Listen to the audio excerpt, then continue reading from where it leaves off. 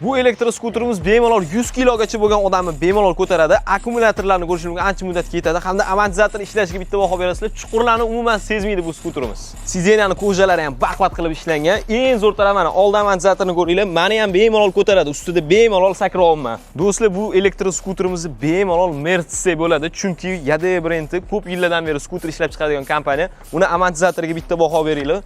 Uncha yo'llarni mensimaydi. O'nqir-cho'nqirlarda bemalol yuraverasizlar, elektrda yuradi. Aytgandek, mana shu narsadan ko'pchilik qiynalyapti.